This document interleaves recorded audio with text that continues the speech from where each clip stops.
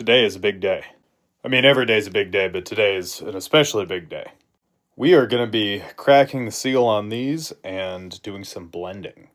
Maybe. So here's the deal. I've got 4 kinds of cider. I've got my reserve stuff, which is a blend of 2 kinds of apples, and that's staying the way it is. We've got the early summer stuff, which is very tart on its own, and I don't know if it's going to mellow out. We've got the midsummer stuff, which was a little lackluster the last time I tried it. It was just kind of lacking in body, and it wasn't bad. It was just not remarkable.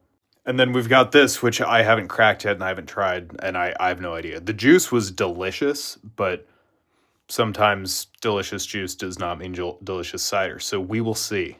Now, there's a couple things that need to happen all at once. First off, this needs to come off the gross lees. That's all the stuff that's fallen out. There's all the pectin in there, dead yeast, all that stuff. I wanted to leave it on there just kind of to see what would happen, but also because I don't have extra juice to fill up that headspace. So I don't want to rack it off and then introduce a bunch of air and potentially cause oxidation and possibly get the cider infected or something like that.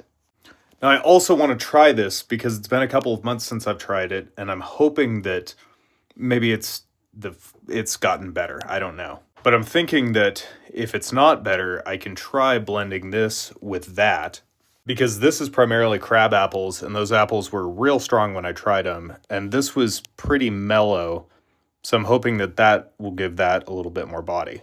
And then I do have these bottles as well, which I can throw in if it's lacking acid. This is some of the juice from the summer cider. It is real high in acid and not much else.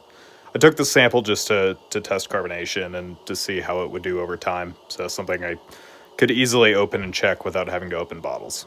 All right, let's get to it. Using the old wine thief. I forgot that since this is an old carboy and the opening is just too small, the wine thief doesn't fit in there. So I got just the smallest sample. Super appley.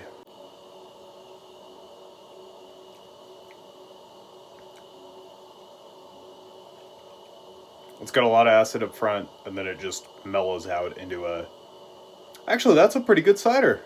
That's cool. I was afraid it just wasn't going to be all that interesting, but that is a good cider. It actually... The finish kind of reminds me of Samuel Smith's, which is like my favorite store-bought cider. That's super cool. Now we've got some of this. I'm not sure what to make of that. Oh my god. Wow.